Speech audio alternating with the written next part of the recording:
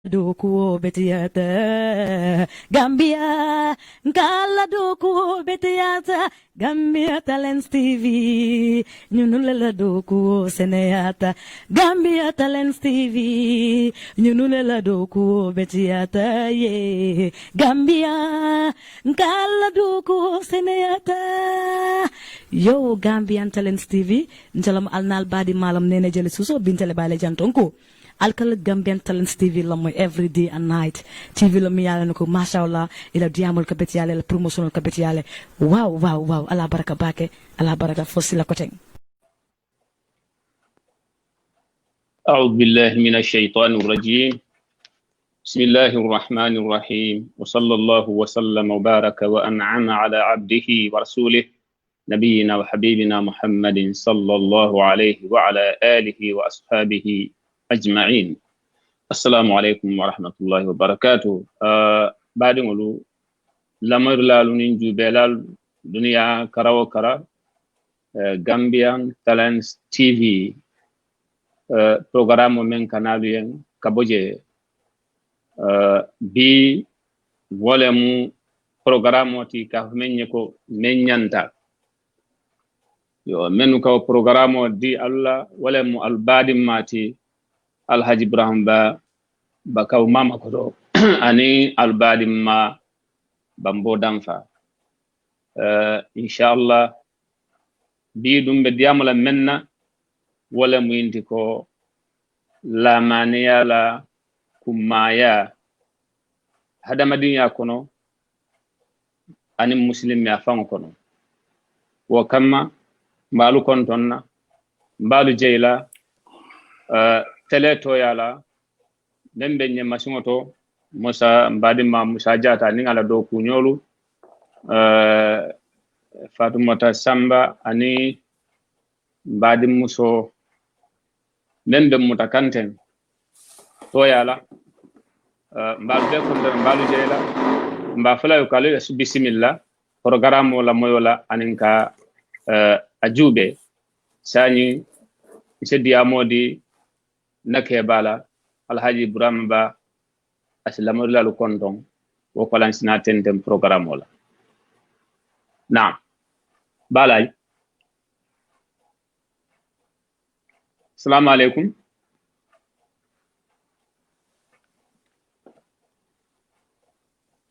assalamu alaikum balay hello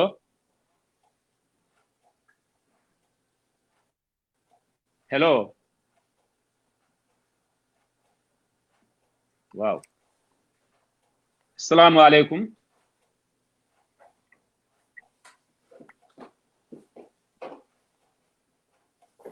hello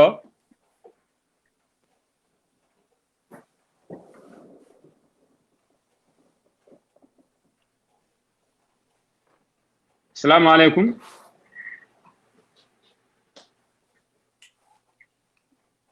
hello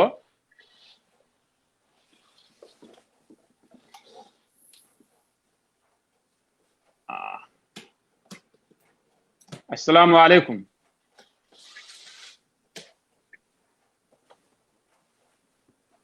assalamu alaikum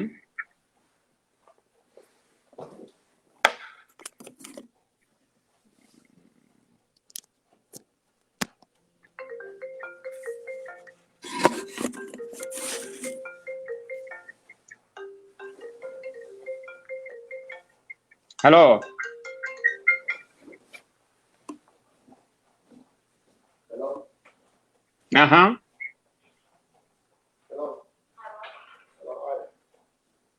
wa alaikum salam okay, so what do you think? I think it should be in time. When I table it, he's not hearing anything. he can't call me, when I table it, which is unusual, which is weird.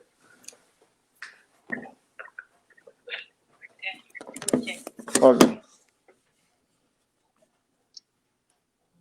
hello alkam moy le ba balaji Anke mo bara kan jital ajital. Okay. So na diamo commencé la yo moy la ko de. Ha? Bringa diamo commencé ya la moy le. Hani man fengo femoy. Okay. Yo woto sanye la moy nga start kunke. Ika moy le ko de. Ha anke mo demande. Okay. Yo alhamdulillah. والصلاة والسلام على رسول الله نبينا وحبيبنا محمد صلى الله عليه وآله وصحبه أجمعين لموير لالو أننجو بلالو Gambian Talents TV programo me ikafaye ko menyanta min ka programo nyin dialula wala mu Alhaji Brahma Ba Mama Koto anin Bambo Damfa bidun o programo kono nga wala nya wala men tombonje wala mu lamaniyate wala lannaya wala karfo wala lahido asnyimbe mininole kumaya membala muslim ya kono bari insab hadama ya fon kono yo kam be TV mol konton kabri Fatimata Samba Musa Jata ani nabari muso membe masimo to tensanye ngina tatola mbebe kontona ani pa Ousmane Diouf men be fejan yo kamma nkom be baadum lu kontona la moyri lalu anin jube lalu dunya karawo kara ka foye ko ala barka al bismillah programme la moyola sani sadiya modi Sheikh wala Alhaji Brahma Ba ay la moyri lalu ni jube lalu kondo ko lansina tente naam Abarka Bambo. Alhamdulillah Rabbil Alamin. Tanto be manjanyon town. Alhamdulillah. Be ala tanto la lamma be ndo bila.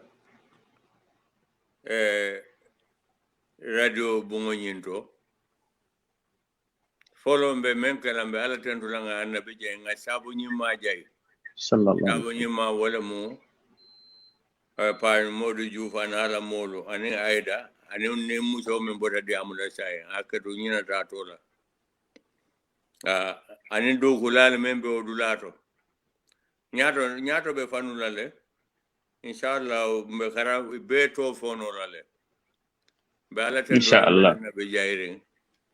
comme Bambo ya fonna men bi lafta kachala men na wole mu lanna yati munamu lanna yati anin la balia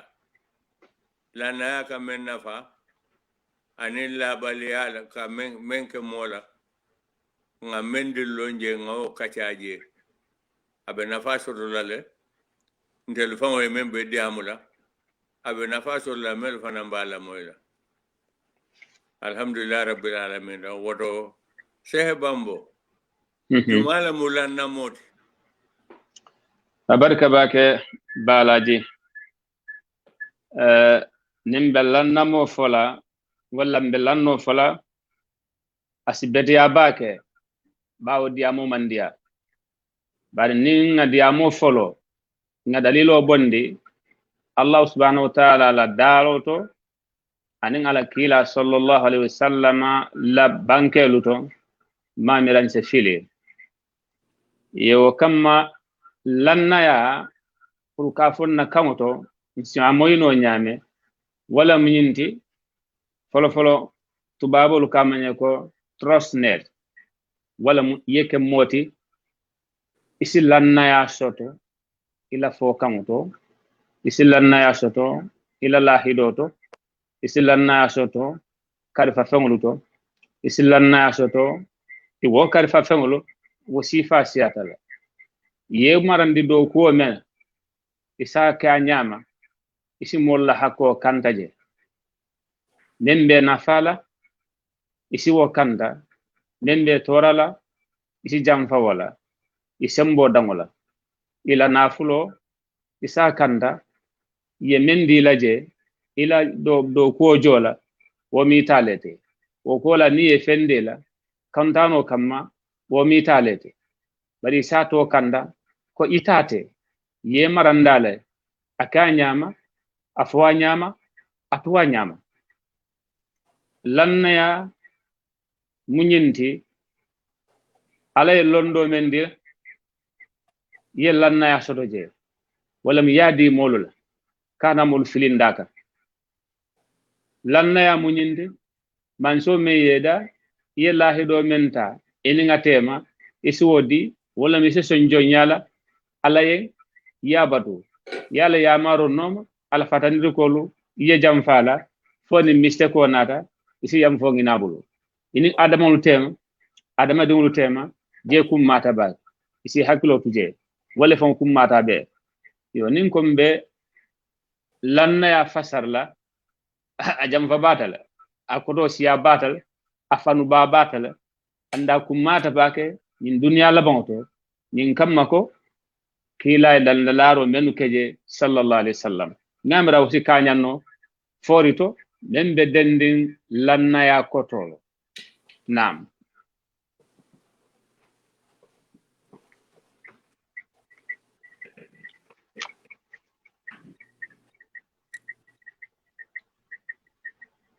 Hello. hello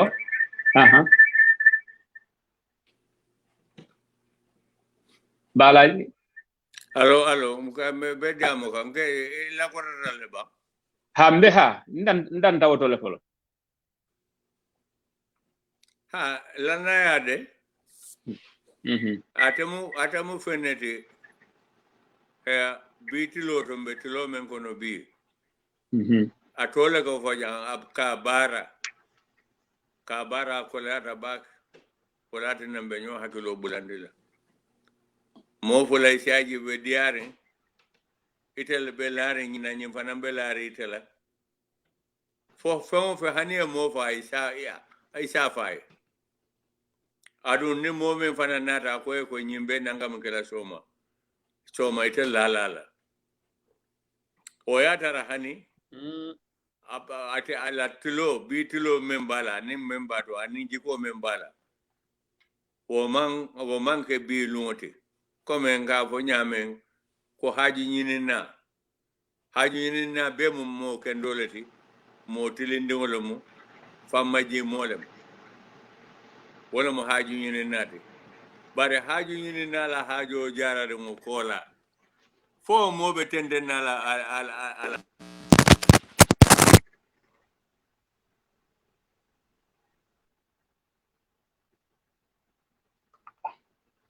hello wa kumo ka kuntula de mbuga fem moy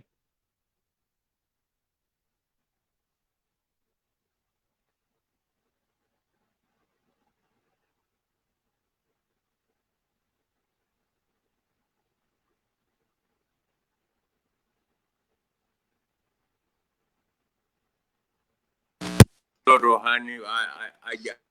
ajabu hani leti woto fonsa kata ja jube be mune fono la nayato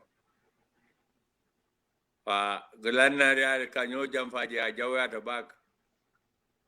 yella mola yella la fengo bela aya fantilindi fe lungilindoro ya jampa la me alonko asi kala filino jele wala asi kugeno je me alonko afam me ilama ngamera o mu jamfalete woto jamfani lanaya itel nanole bete ma bari beni daji kolem ndenga mera jamfa o kala na tinyale ngawole mira malo te aje nyadile yo abarka bak bala ila kumul femba be sawuntannale bad ni labon murtal lin ko la do nga sainkan ila kuma labon ni ngawo moy wala mu indi ko adama dim fulo lata nyola alnata nyo jamfa yandu jamfa ninkumu atamu lanna ya tanoleti yo je yo bala jinte ngamara men ka be sabu ku fula wala mudron comme alquran o men foto kufula wala gatinna adama dingo ka hani lanna yala ka tinya la men sangarata folo limaniya la soto baliya fulanjango lamaniya la kummaya lombaliya mando mosi kudo lonno bara fendole longatole kummaya wo kudoti sanya hanisa alongo dasata bulle wala atinna lamaniya ni Allah subhanahu wa ta'ala birin ala fita ka hadama dungulu jarabi ke hakilo bulande ay nyim faye ko de lanne ya mo fenete mi alon ko nene ya aytandi sangola le ngaytandi banko la hani bede konkol pour fay sa tano fay ta tano la ako nyim nu fengol be silanda sam fata worulo silanda banko fata worulo silanda bede konkol be silanda pour kata kason kata bawo ala kuliya kamma bada ko hadama do birin ala ayta adama la dron anate nyungala bari biringa yata dron kufula le yatinna wala mako anata ke to nyulata fongola anata ke lombalo fananti la maniyanin lanno nyinna kuliyala aningala mantoro ni atara e maka nyama wala na ibn abbas radiyallahu anhuma ko anin ayoto ko ala ile meyita de wolemu sangoni mbanko ni berolu be ay la manayitela kay sambulo la ko nali ya ka nyama don chalu jo nalu ma ka nyama liya fa yalu ma ka nyama chalu yankanka birin wo kumo na tema don yaji ka kuliyata le bari ye condition kula ni ya ka nyama be jola jori kendol wala mbe prasidi lela bar ni ma ka nyama be ponis la le buri wo kadoro manna hanyal ko den adama dugona dogo si yaji ko imam balang ala la ko ntakela bari fenne la taje wala tane manson italo yamata ko hani lonnal ko je wala mu banko ni sawoni mbere ko ngol ko hanen daluwo ni yamadu men naron ci woke par la maniya walla lanna hani modinna in kama nim ma ka nyama silanya men beje hadama do na te nyungala yalo adama dingo ate danya ni da fendolu danya fatata bal ale adama dingo bunya barata adama dingo fanka muru ko tan gala hadumo kamma adingala hawjo kamma alay wo bunya men ke nama hakilo to asikaye do yati ko tan ke ye wali atinna adama dungo ni la mana ya tala ron a jama sada tariya ay nyungala yo men jama ke nyungala ka tariya kala mana ni nginin wala kala shoti doron ka nginin ka tariya nginin na a jama kana kuliya mari kan abugana ke no anyam ya jale yo fembugatin na fo akola membeje amole lon annu fenne mi alon ka kolata bak misal kamma enin ala temo ala ya adama dingo da anin jino pour kate alabato ndum be son tawala le birnga adama da bonda bala nginen ka alaystu bi rabbikum qalu bala fondele man qalu mari de banga ha ya le la hido taje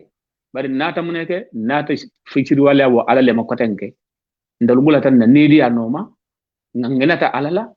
bulatan nedi ano andu nedi ya kebula fengul le men wambetea folo flasi la fi nako na fulo shoto anginin ya shoto hani ma soto nyakesen ni dia sibula wala wote be la manati nyala jele la mana ni dia sibula nyinako palaso ngini ya soto nyawo soto nyala ni ya soto fanam fa banda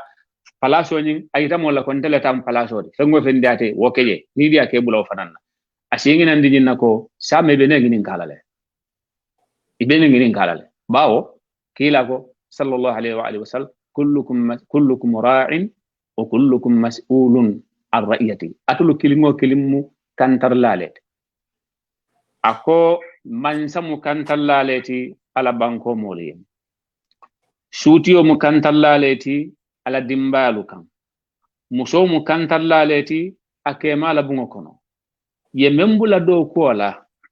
ila bossi ayebula do ko menna imu kantar laleti je fero ke ya kanda anyama kilingo kilin ibene nginin karale yemarandi menne be nginin kalale yemune tamandi je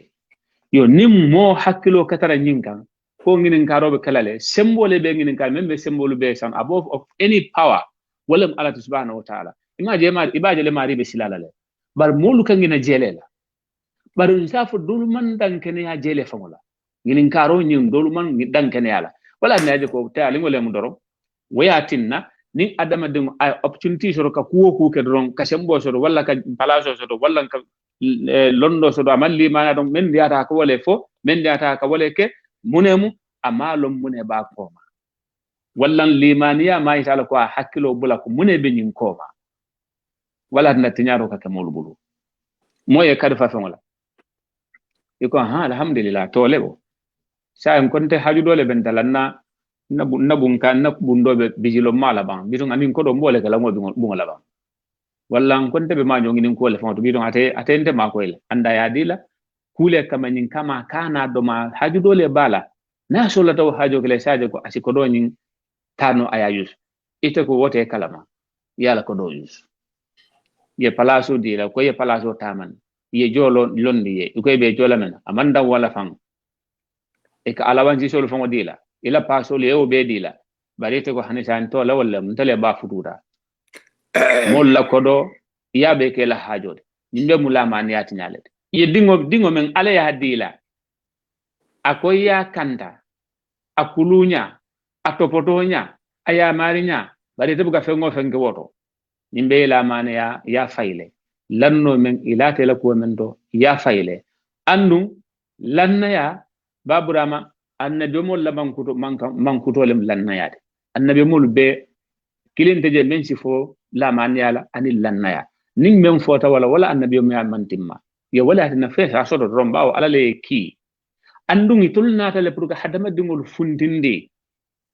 din ko kono kadama do lu fundi baadi no kono ke samba tintola kadama do lu fundindi dibi fon kono ke samba lampola kadama do lu fundi halako kono ke samba kiso kan wala atinna ila mankutolu aketa mankutolu menu kummata bari wo mankutolu kono mente bono je wala domu lannayade yo ninga ta kata ngawo kata no nga fentaje asike kubake yo ninkumu woto fu kufula wala katinna mo kal lannaya akaye bebe abuka to poto ko min ngafo nyame limani abaliya anil lannaya nin kummaya men bala atinya fana masibo men ba koma wo lombaliya bari yaje ko inni o yebula wo noma anu hadama do bulata mi o noma da woda akola ni me hakloti ben misalal ngame resitenten no la ko di jandimbe jam fala diamo kono ngala ko moyle alo jam pada nyaaw nya ana fa fana be warli wo nyaale bari nde amira mune yatina mo kallana yakatinya mo bulu wala mo hadu bati kangaba fe mo me ya lonko a jarte foy ba nakarla le ba foy be nyabula kanne ba foy be mune kala ba man haramo ni halaro lonje bari woy ke te doron wala yatina be solare o femola hado mo tambiron ka mo ke jamfa modil kadu sabaro mandia ne sabaro mo dauda mandia yo ka fon me la fitala ay ke adun fembe tolem ela fita ay ke wato le bala alala wato ni o cita be kelale sai ite korondo te man alala wato bat ye fere do mire fay me ya lon ko ibrahima la nyi sirawde ni nga fenkari ke ni nga fenkari wala nga to ku ya kari kala wala nga sunyaro lala wala nga kata ay doya soto na bote je don tel be sayla je ya don sila sabaro man na soto do sila mo jam pale adon nata ngal qur'ano moy ala ka fo modoli ne ko ka mere kantele jampa adu ke famole jampa ko retole ka saloke ko retole ka na bulodi ko retole ka to nyafo nda don ala be notole mo bukan denene no ngamira nata ngawo moy nga kotolo wonya ngamira wo siskeno molale nata ite ka korondole doron ite la vita fengo fenna wala bonyanta hapole ke la telefone ite ya ite manke alati la nyino ka bo alalea isi la ala bi dum soma atayake bi isi la ala bi atayake sinindi sai nyin dula kono iba katalale yela foro ya kanta ya kata pana yesila alanya mana yesila alanya wolem itebe femo fenke kan ala le o lon iteti adu niya nyi make abe wole tafele niya jawma fananke ite barajo sotula abe junubo le dilele adu junubo nata ngako dole mo wole mo be no lale ni mo no dai kendo tama balo be bala mod be nyawn nale adu ni moli e nyaw ni me hakilotu be kidelale to mbe nyanda hakilotu la jamfa to le jamfa jamfa jawadal de jamfa jaw nyato be fanuri nte ba nte ma kulumano mba man sali male fola mo fula e diata bake terima le moyti terima do jamfa molem bare ateri nyo malo o malo cha memo jamfate itelle ka diate le ka kuol beke itelle mo terima de be fon fenkela hani kunko ni abo itelle ka nane mba itandele la jamfa ka men ko mola mole hakilo tuye sai be tie sole ke ye do so iba ya la alande pour ka nyim ate o keo ape muso men nyinin kan anin nyi fana be muso men nyinin kan wol fana mutere malde ba ma fulo mutere malde nyi jamfa mo nyabe be siri ye nyateli nyola yalo ni e nyateli mbentili nyola yalo men ka boye koma men nyabe tendila wala bajala kodi bira wol hayna ba kanando ibe tiyo men nyimika fato men ate tia fato men be bakoto aya ko aya jurma nyindo nyakoto nyindo la tia fato ka par wo malo mo be keri wo bala tia nyimo la bitawol nata e ilote kunta e mo fulo be kondo biri ye mo fulo be kondo etata bebe dering doko do eko mbebe dering de bari ntede ngaji kawa ko wala soto akay ako munem ako ndenga tia fato menje jurma de mbita ma nyako ya mera hakilo be nyina ba ya mera nyi jarra moy mujodi ala ba atere muso kay ko nyina mu moti me alonko amalla fe konkola wala te nati afada jamajo bari nteta ndel nyanta balla nyin katiyole kunu ate ala tia bomboron le be kunune o nyinta mode mo manyana musodi le kado nyin ni musodi ala ni me hakala ba o fongole wa vila ta do morosa malo fo mo be jalla moyka ngolu kala moyle ko data kondintene bere a kondinda nyindo ya bali musola e musodi nyindo Allah atere ma kay ko ate biendo hanika bi kew malo munekere aka bari te nyile entel disappoint bunadina atata akay bunadina yenter ma bali musola ako nyi te ma katia banolo kunu aka katia fato kunune te mol katio ni ma katia fato fade ni ngandi on diala abawa fila la ta do morosa nyi manke mote arkabe o kumole de dala muso kay ko mam possible du karela ha jorto bato Allah akbar jamfa la boro dole mo yinde so afoda la muso la o nyale lundo bidu anata na muso ya kewo ya kay ko tonya e ko jamfa dinko mo kana adinkande bake kato malo be dunule ako ni ko nde beri ngende ngambita nyol yente ngati afato tale ngajur mete koto sai mbita mako ndega tia kunune adu nge jamfa le onya bari jamfa fela adon ko tam kunga jom ngawole soto mbem fala folo fo nyato do mandi malon fo fanan ba ma namaka alqur'ana kulodi bari talin lo me alon ko mori nyanta wolo nan jamfa aduda nyaonya meta nyaonya ni yake e bandi be dulale jela je me alonko ite famo ki jobe farlale tonya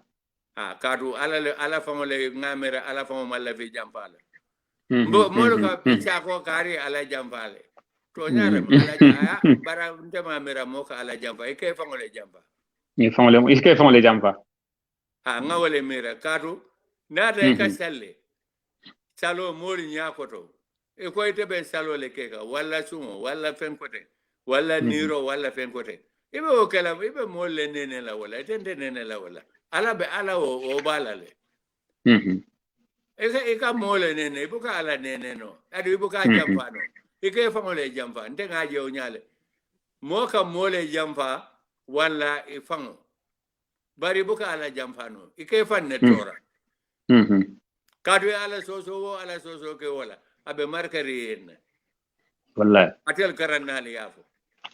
malaika fulole be ya menka bede ma chafe menka jaw ma chafe ninga adara o mutto nyati adu lumo be silale way kontibo adu alaya nakartige e buka soso no ngamera woto jamfa nyanta kachala kola bakele abe dula bele to nat ndem famo membe diamo ka anite famo ite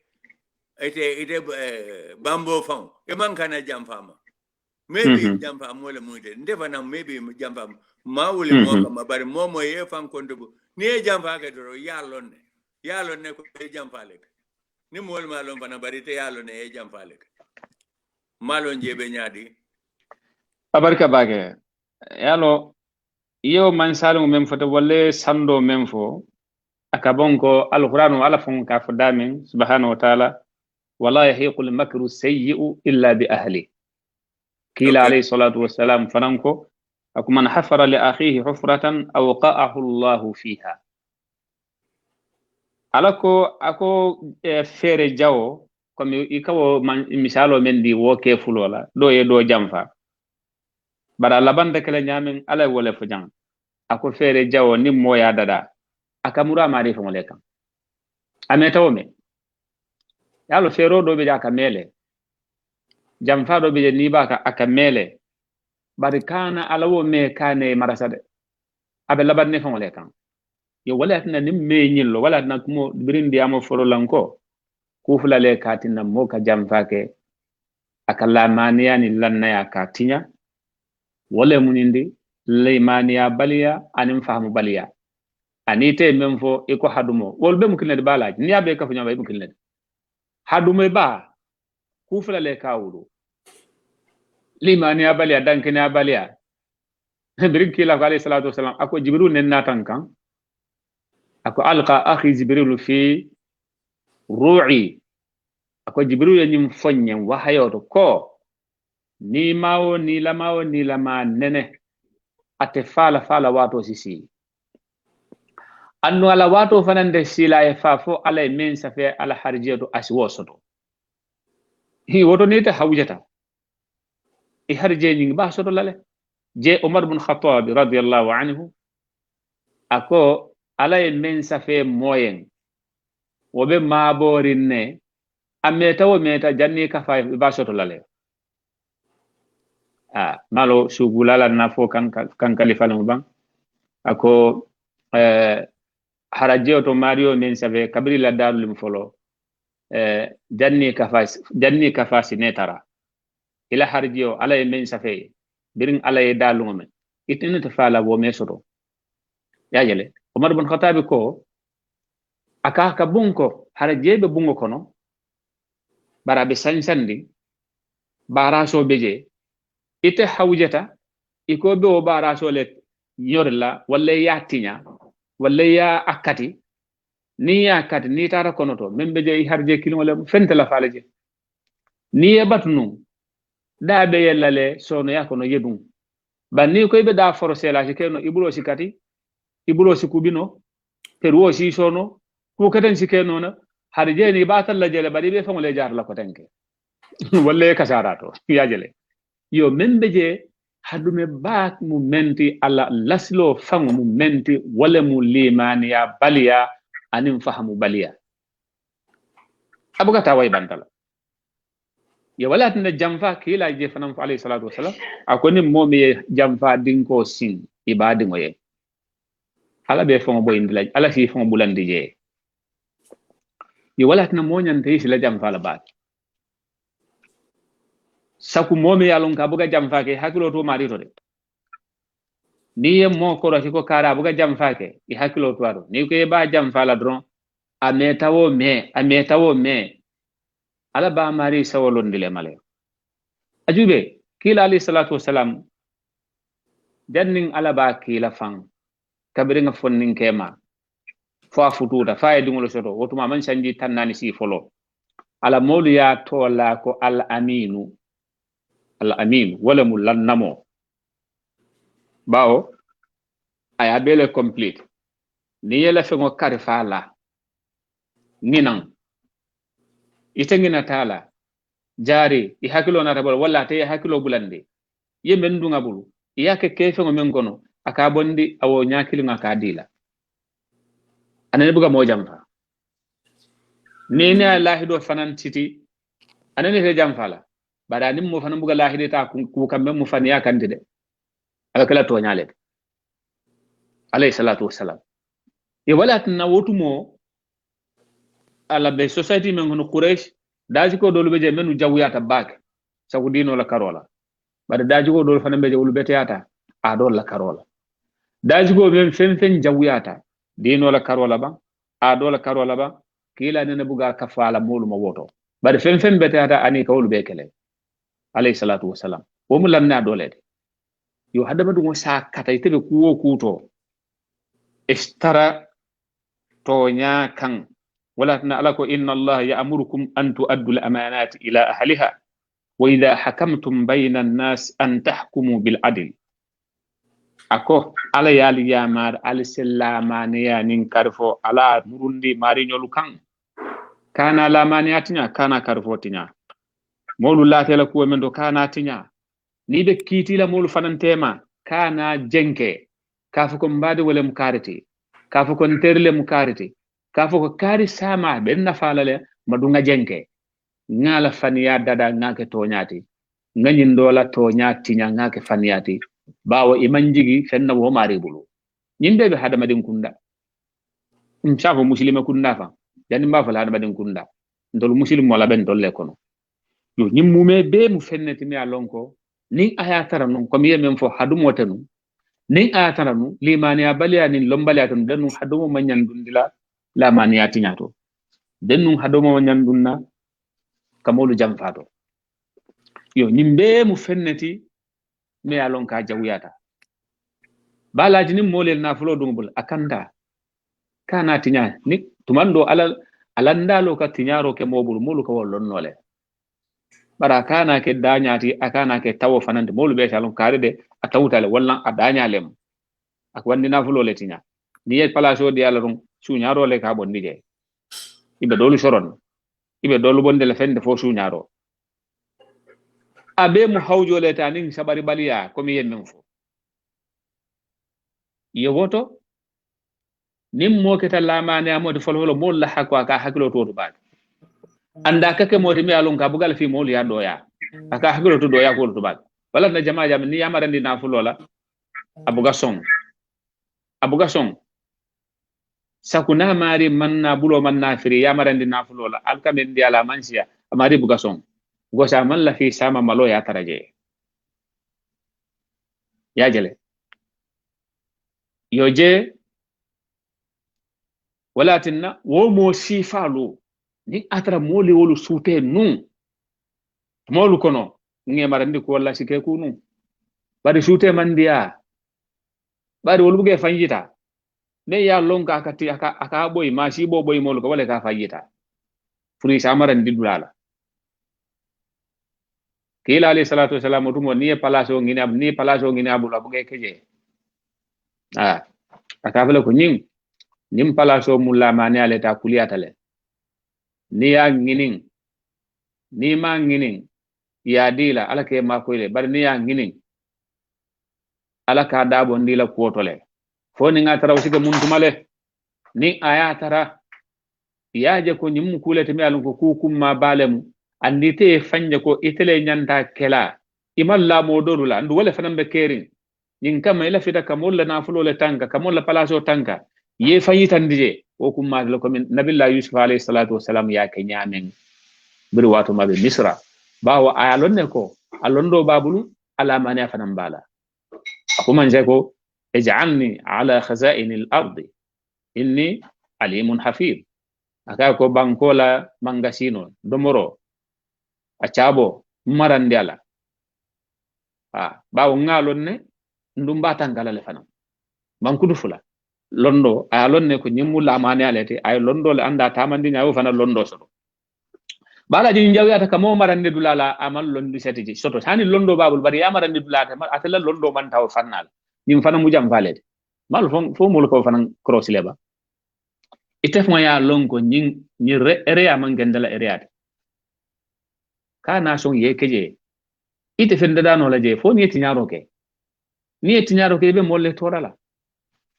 ite ya lonko kari ala ate ku keno len area kana keje ni ya keje tumanda malutela walla silantela na balante bulu ba yimo alfalete ibe tinyaro le kala je ba wate fenkela je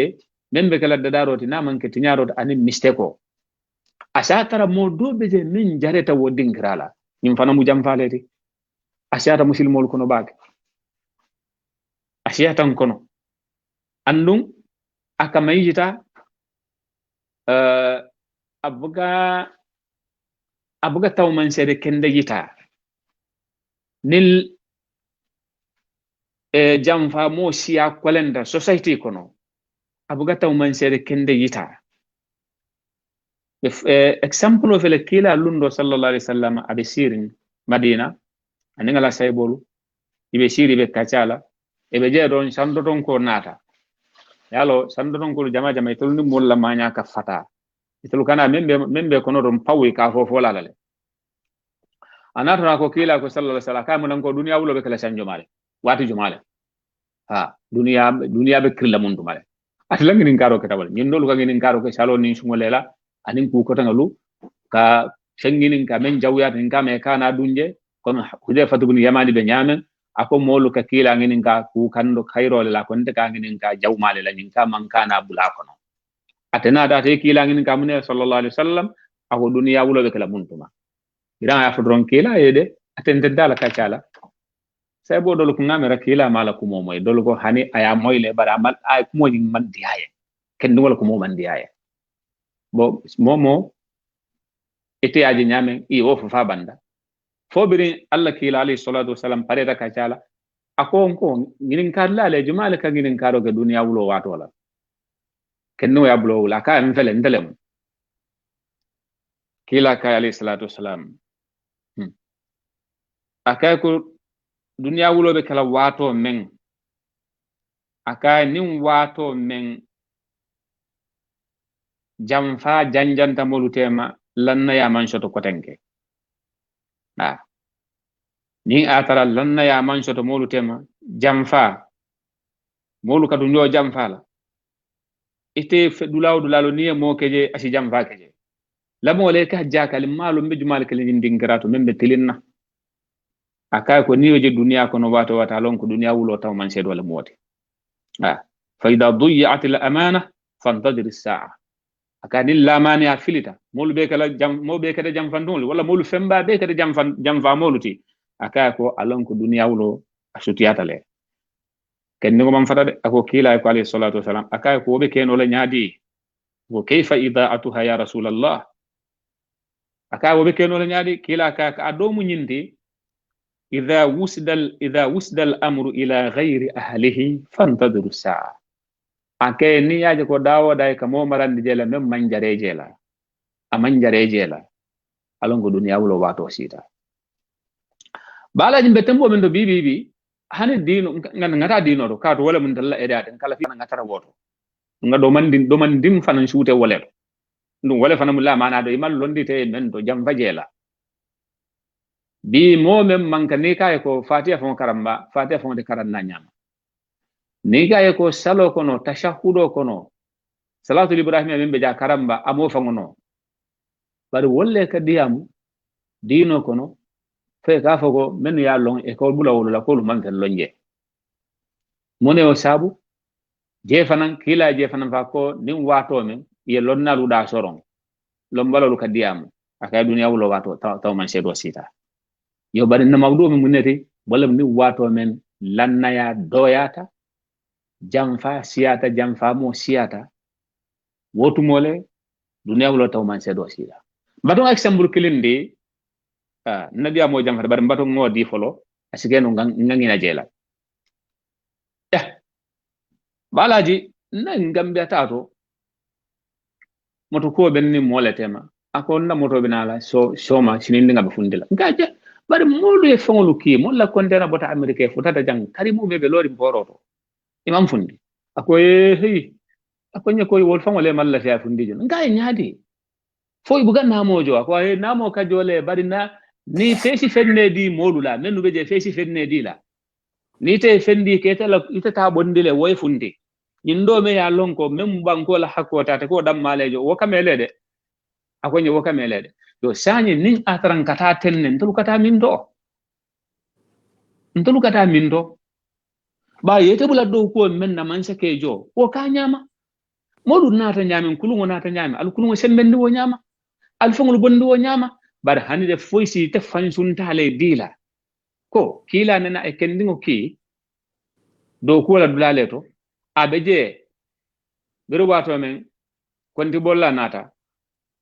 akay ko nyine mu alutati ayamar ndi jakola kay nyinde ma alutati anin kharajol bari nyindo nyi hen so wala le bir nga fo kila alayhi salatu wasallam kila ko je nga bon bula do ko wala akana na fulo tala aka fo nyindo le ma alutati nyindo yente so wala le ako munatina manji abade nga fala bungo kono han fo ya diala je prasi men diala munatina manji abade nga fala bungo kono fo ya diala ni nga tayte man tro palaso foy be kungodo walla be la bidi godo foy bo dile tala leba woto men yebula je wala min kaddo ko ke for the nation for the country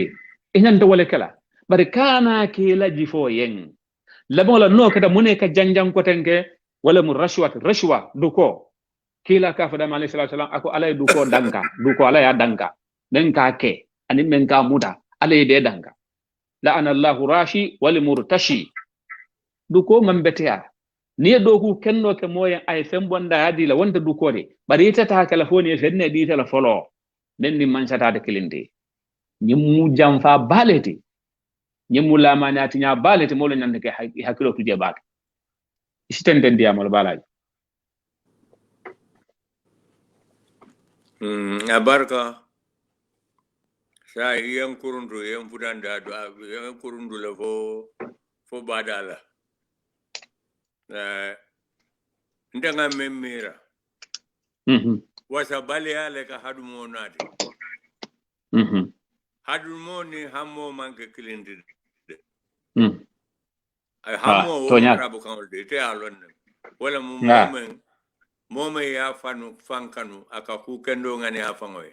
wala mo walla sa wala mo bulu afana ita nyine a nyama walla sa fo noto sia ni de la karangole diata ya fo he bambo fela be ndefana be nyin kelal wala mo hammode wo kumata la adumo mam batundiro no mome mam baturo no in demanding fansa fo ko mo hadumerim ba alala mansa lata la barate lata symbole la dina alala mansa adi ndenga wole mira wo asonta ala baramalla alala ha no ne ala hanna lata alala ka akorndo alala ku korole ate be fenkeno la ala date mento ngabo mole ni sumota dai sunya roke bidiko kona yo fengol men sunya ya samba aya harjo le mode hanna man bidiko sunya na be o fengol chodolale bare ata ma wakili dal sumo nay fengol ma ay fengol ta lume memman ka harjo do wolum le ka muta yesu ngadi ya muta lungo me o man kala lum folo de ay men folo wo diata do diata akadala do gote so ay ka muta wala kono wa mai kan yin men potential jiki ngata ninga hamo nin kumo be membe kerim bi wala mu jiki tinyati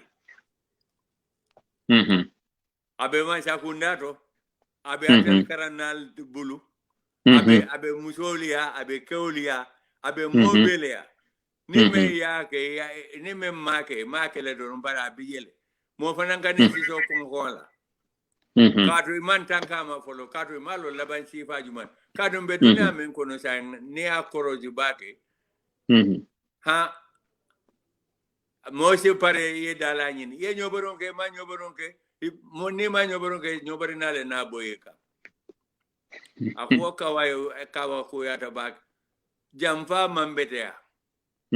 molu bijam ya lela kato bele ke puri ya dada me ye bondi ya na ta jam ibe bunkurun le kono e man kondo nin ci ma so danyam e man bunkendo so de man pe on fen so e na ta jam e na ta men kam man wole mo webo ide na edo ko kendo so to jam ila buroda be je walla e fandi walla ila ta wala e ka fe ngol ke aka buloko ka kata wande buloko natali Allahu akbar wandi dandan walla wandi korda wandi dula ka natali faytu kankaramula yara nene ma hana simente bota nyane ne maje saka ba kala nyama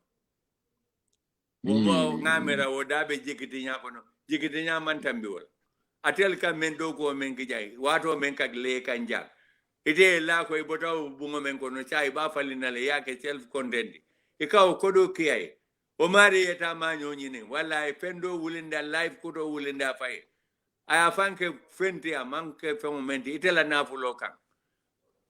bambo ngao fanda be o jam ne amay jam fa ngamira wala mo jam fa wada o jawyata bak ngamira o jawyata bak jam fa da du jam fa a jawyata bak jam fa da ka bodula beloto de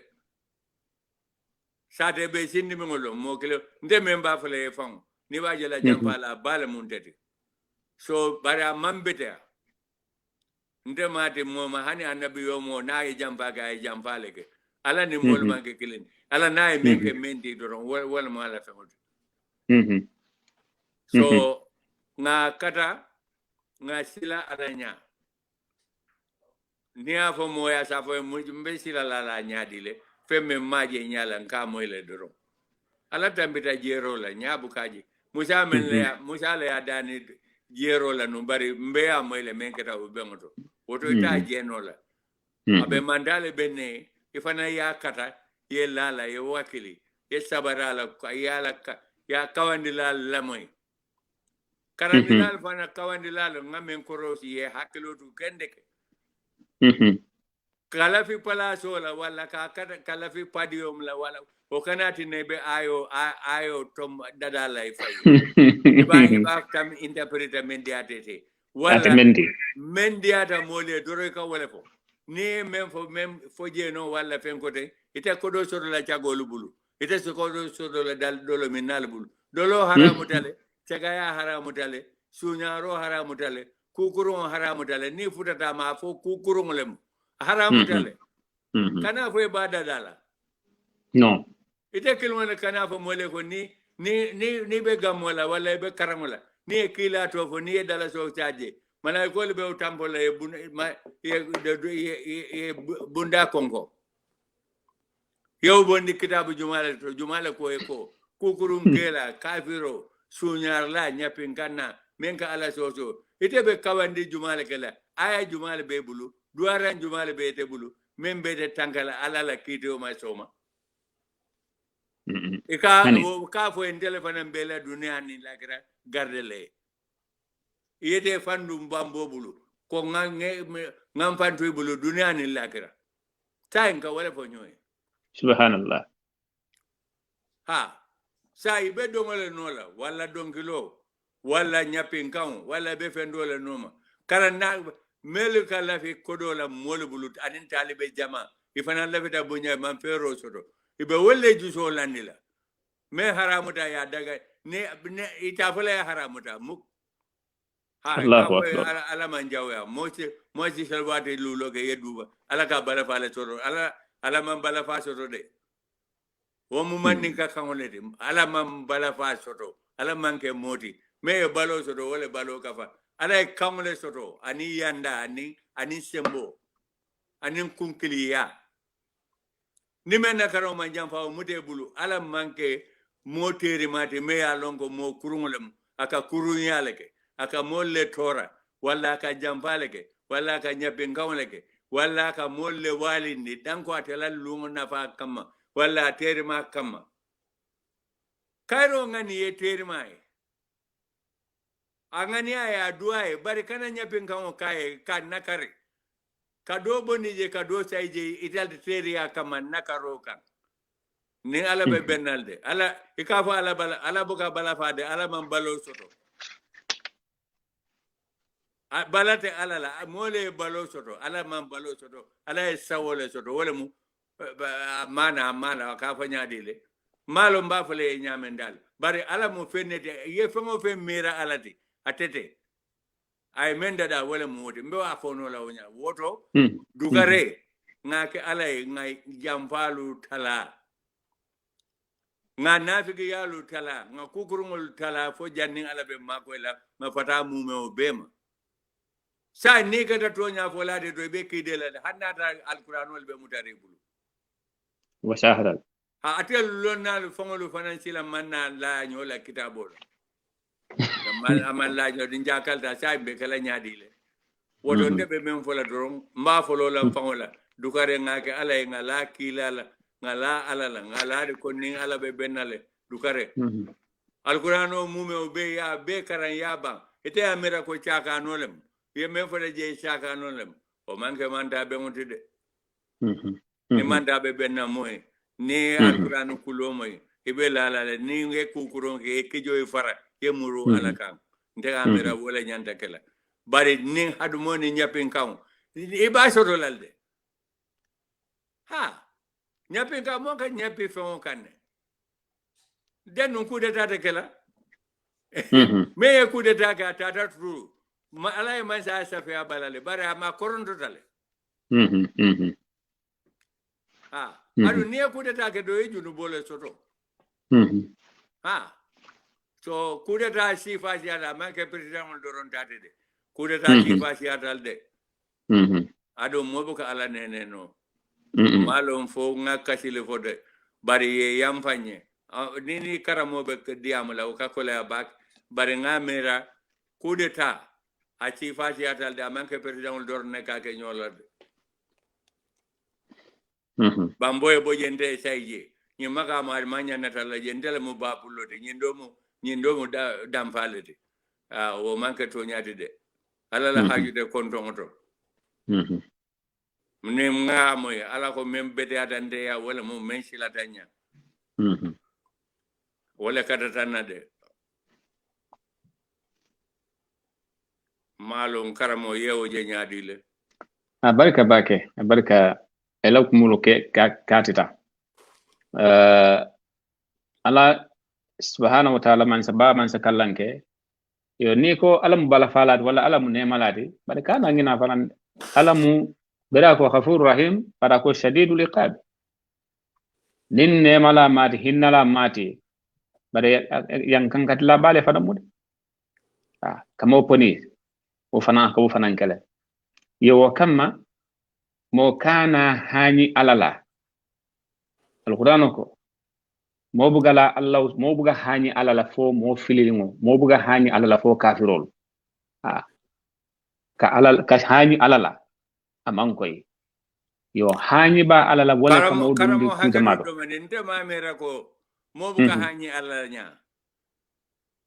na mo ka hani alala nya aka abalon ne ala ka mo sono mo le suki fo ay so ke ala man soto mo buga hani ala nya ala man ke sila hani fonte e malon yo wala bu setan leke marasa nin kabol nin kabatele mbala nin yirtumbolo anin binon ilatal ko wala mo alati ñino ala do e man la ko sodotale ni ala to ya lon jumale mo anin fenke wala ita hani no la nya ala soko nin kasila ala nya manke fenke li lem mo ka ala sokele na ko te ita ko ite fendofo wala mo ala soko nde ajewo ñaala ha aywa yo wolam setan le kam mo hañinde alala yo nin adama dungo abuke hañinde ake filinde amale wolam yalo nin wato wato ake filinde amale yalo ka sila fengole la men soto da setan ka fa na man soto man sila nya ake filinde amale toñala ha toñala yo ala mbe jele hani sani mo kana Allah subhanahu wa ta'ala man salati mbalon ko nin hinnala mati bala falam kada le yankan kado fanan dimintale mo kana hani yedun Allah ta'ala la soge ko luto o yesiya yale ko mande ko junubo wala mu kamo nonde andu wala fanam junubo le mu nondirode yalo ne adama do balo no ko mi yafa nyana ko so kete bala kene tudale wala fenkote fo shaku ibe tala yaku ji wala yo junubo no siyata fanan siyata mo bala ala fo ala shaku de aba kula mun dimba ala mun be tambal tankala dimbala yo walatinna ni mo muslim waje dimba ko no ralon ko junubo le siyata note ala la dimba jawiyata le ayan kan kado wartale badni ajaye mo bulaje ala junubo le siyata junubo le siya wala mari nginata ala lela yonko ba wato man siya bake hani san sinyo hakilo blande korenke jam fala sifal yale do fonu tamala la karola o fanambe kerinne moye nafulo ki ala badim mali ye bungo lowaye e ko ke la hajoti kana fulo be ke la hajoti e ka bande bulu natali ka kiyamadi o siyata ntam nyaande maaje bare mo la fa nyaala men siyata mo fula sabati barakata men do fa law fa do ya fa nyaala bala yo mu jam fa bale fi de jam fa bale mode yo bari jam fa jigitinya ni jam fa jigitinya lam yalo jam fa ni jigitinya be mu kilomol yo ko tanke bari nafulo fanan ko ne mo ka nafulo soto ala me nafulo nyinde bala hakodi ala e nafulo de la pri la folo ite marata menu la idingolu ni la musolu yolu topoto bari te kana muneke ibugolu topoto nafulo nyinna e kata di wande musolu la o fana mu jam fa dole ande buga di la ken senke de e ka di la kule kamma aman jara ngoto fo atara musobe bul o mu jam fa lete baraka ke musolu fana karola de muso fana do be jake ma ka to poto aka kolu beke barate fanan kamuneke ake pare akata kara dole la ani wandi kelu kata kudo ke o mu jam fa jaw balet jam fa jaw ma bale mo fanande ese moje alo muslim me anyinda mo kewoye ko ye muso futu fula saba nani kilim fula saba nani yeda woto barate to kala de musu kilim wala be tallabulu barako depanso ko le atale baro musu kilim ngay do man dindi wala ni misala kam ma keme di wala keme lulu wakata dula bandalale korday bandala jam vale mo fanande jin hakilo do fanande jam fasi ada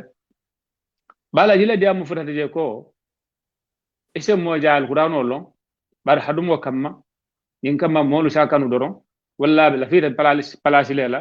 molu sa ma ko so palaso soto asal qur'ano to ngodete ala en mem fa yo falen atiyala ni dia foje sakuni ala nendia di mola na defo na diamo kon golla lanna ya nin karfo sifa siyata bak nin ala londo dila karfolem la manalem atama kunke to nyafoje nyet baara londo nyinna kana na karoke je nin ala nendia di mola inna mu fasahata molu kala fila dia mola to nyafo mole kana mul filindi jam falem nin ini mole lahido timma nin lanjuro yota ko indi mari nyon ye hakko dani bare kataw katinya jam falem kullo nini mole kullo siti walla mo latela ay kullo foyen mammal même ala haajoto walla même ala fansun kulloti kana to wañare molu yen sakuna ala haajo dante iman haajo jarano han ya jara fangu ko le manyanta ta sa dala molu yen mona dam sal kamma dondo nyin ku dai nan ko dinan kamula ni wata karen sijo ya dondo ikilin nga kilin kata kana wo sata molu yen ko tenke kana wo sata molu yen jata saho jata kende amu Allah taala la karfole na ya dila atamandi ala batola anin ku konde kewo anin ka ala tendo kana jata kende ko mi yale sungo la karo sungo balaji sungo ne manke modi men jato manke nde sungo men kata ka molla dulalu kati aka jama ka ke fondinke waleti anda buka ke fondinke fanan mem mu ke yere wote nin ke yere malon ka kulobe bambanna baake wo sembo kana ke ala soso ti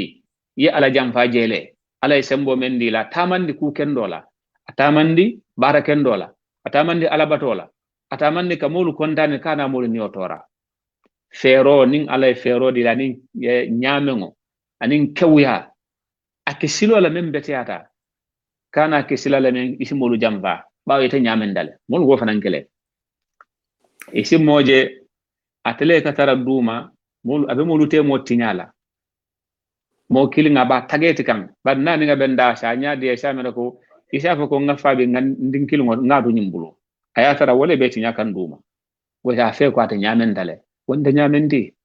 ya lele diamo ne ko e kam wolle nyamen bari buga ala nyamen mote ala nyamen nola isi molu jamfa bari te ala jamfa nola andu ni meta molu jamfa la ni me hakilotu ala kela jamfa wañaari nyala me yalum ka jawuyata nya moyro hakilidia sembo londo darajo yimbe mu lamani aleti ila darajo ni ba tamandin to nyakan kana tamandin fanyani njen ko kan anin ka kumul falin kumote nyamen ka kewo nyama bawo molu latela walla yedo fasa mem manyam fasa la kukan ay mole la hakona kare inanga be dan da hakana karola o fane lamani atinyale idingolu ala idingo menu kari fela ala ye lamani ala dilaje kane je kurunya la yetara de ngakan kane dingule suñarola yetara laari kan kane dingoje idinke wala ma fedi musolma aka funde aka ta kurunya la membe ko furinya ibuga bulomuta ibuga kanda ibuga at fatande jam faale mu je fanande ale be kar fela pour isi kulu isi daji konde isi tanka fanan molu si tankela ma si bola ila jawyan ila kunya molu si tankela kila alayhi salatu wassalam ako wallahi lundo ako wallahi la yu'min aw fu si nyasaba ako wallahi nin mo kilimbe kera mari mallimaniya fo si nyasaba ala sebol ko khaba wa khasira faman huwa ya rasulallah ibo he o mari tunintal o mari kasaratal jumal moti akay ko alladhi la ya'manu jaruhu bawa'iqa ni ya lonko asinyolu man hanyala daji kola fo daji ko membe kulloto banketo wala membe kulloto bima molu man hanyala ila sisewo ni maje ron yo kariya samba nimbem kulete mi alunga jawuyata cin hakkiloto ñinuto ngan hakkiloto nimmolu temoto ngan hakkiloto lahidola membe nimmolu tema ngan hakkiloto kullola membe nimmolu tema kana wañari molien mennu man taraje amalla fi mennu ya kalamuta ni membu jam faleti ni mbemu lamani abali aleti me ya lonko ala malla fiyala kila malla fiyala sallallahu alaihi wasallam andu nakata mola daji koti labon la molu buga lela andu nim molu mal lela e kana ke mon ndingoleti e mane ka ke mo nyamburi mo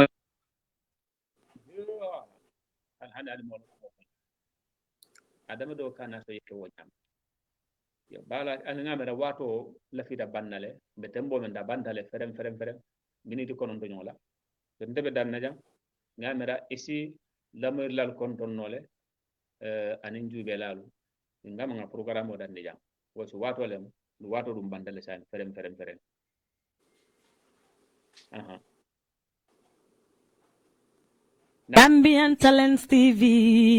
nyunulela doku seneyata. Gambia Talents TV, nyunulela doku betiata. Gambia, nkala doku betiata. Gambia Talents TV, nyunulela doku seneyata. Gambia Talents TV, nyunulela doku betiata. Yeah. Gambia, nkala doku seneyata. Yo Gambian Talents TV njalam alnal badi malam nene jeli suso bintale bale jantonko alkal Gambian Talents TV la moy every day and night TV la mi yalla nako mashallah ila diamol kabet yalla la promotional kabet yalla wow ala baraka